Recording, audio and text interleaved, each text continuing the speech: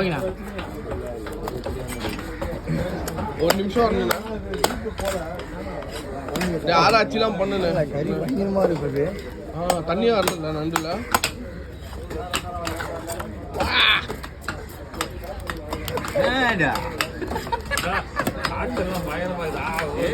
சிவாஜியே தோத்துருவாரு பழகுது என்னடா.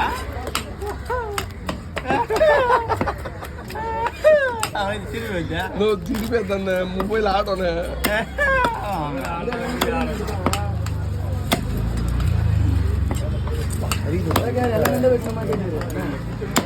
கேட்டு பொறுமையா ஒன்னும் அர்ஜென்ட் இல்லை.